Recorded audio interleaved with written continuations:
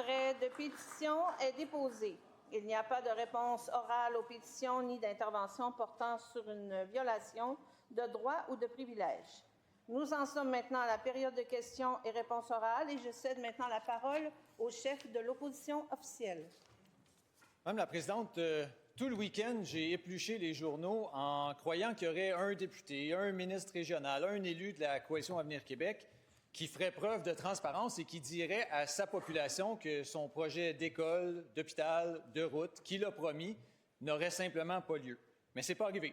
Tout le monde à la CAQ a fait comme si le rapport du vérificateur général avait non plus pas eu lieu, comme si on n'avait pas appris que le PQI était sous-estimé de 75 milliards de dollars. Le PQI, c'est le plan d'investissement du gouvernement. Puis quand un projet est ajouté, les députés sont bien heureux d'aller faire des annonces dans leur région.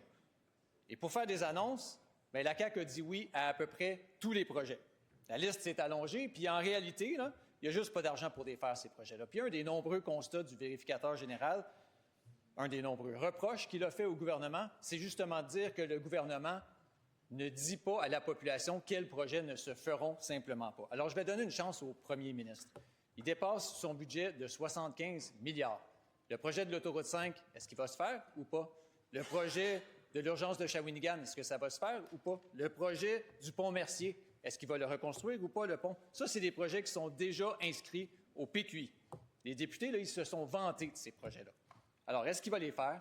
Est-ce qu'il y a les sommes nécessaires pour continuer dans ces projets-là ou est-ce qu'il va continuer de prétendre que les projets vont aller de l'avant, même si c'est très bien qu'il ne pourra pas y arriver?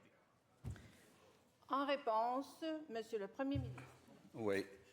Madame la Présidente, je suis content que le chef de l'opposition officielle prenne ses fins de semaine à éplucher les journaux.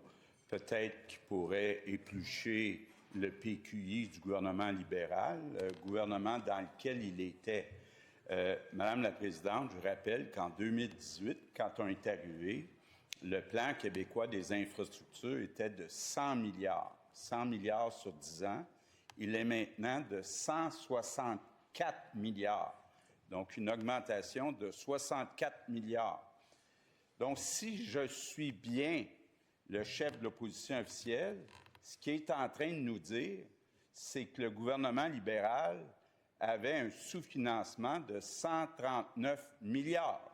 Vous me suivez? 64 plus 75.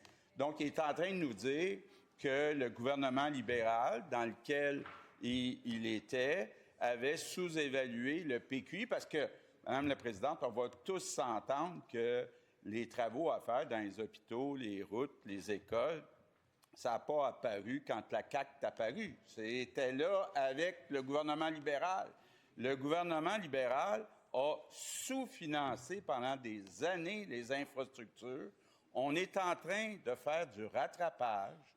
Donc, à chaque année, comme cette année, sur le 164 milliards, il y en a 19 qui est pour l'année en cours qui va tomber. Donc, va s'ajouter un 19 pour la 10e année. Donc, on va, au fur et à mesure, faire les projets selon les priorités. En première complémentaire, Monsieur le chef de l'opposition. Madame la Présidente, il augmente le PQI parce qu'il dit oui à tout le monde, à tous les projets. Mais même avec ça, le vérificateur général lui dit qu'il sous-estime par 75 milliards les besoins. Là, il y a des gens qui comptent sur ces projets-là. L'hôpital de santé mentale Douglas, là, il est quasiment pire que Maisonneuve-Rosemont. À la Malbaie, ils font des manifestations publiques parce qu'ils n'ont aucune idée de ce qui se passe avec leur projet d'hôpital. Puis le pont Alonzo-Wright à Gatineau, les gens en ont besoin. Alors, est-ce que le gouvernement va déposer la liste des projets qu'il va annuler? En réponse, le Premier ministre.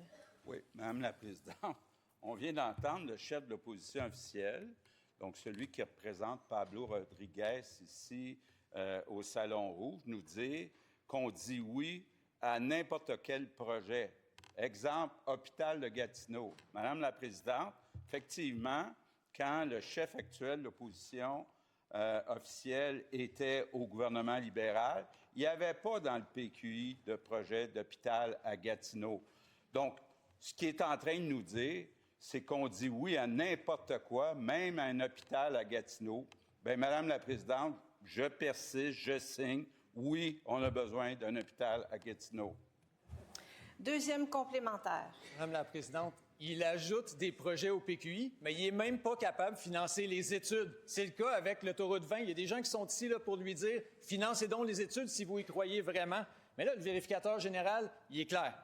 Il dit « Si on ajoute des projets au PQI, il faut en retirer ». Alors, on a juste une demande pour le premier ministre.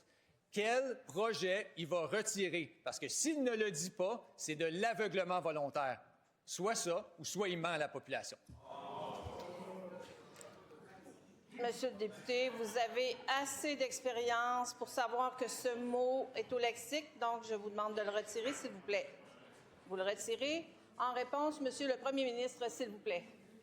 Oui, Madame la Présidente, le représentant de Pablo Rodriguez a mal choisi sa journée aujourd'hui pour parler de mensonges. Maintenant, ce qu'il nous dit, le chef de l'opposition officielle, c'est qu'il faudrait retirer des projets. Est-ce qu'il nous suggère de retirer le projet des travaux sur l'autoroute 50? Est-ce qu'il peut nous donner j'en ai pas 10, là, un projet qu'il suggère de retirer au PQI de 164 milliards? Lequel retirerait-il? En troisième complémentaire. Ah, le premier ministre, il nous demande de gouverner à sa place. Bien, gouverner, c'est faire des choix, puis il semble incapable de le faire.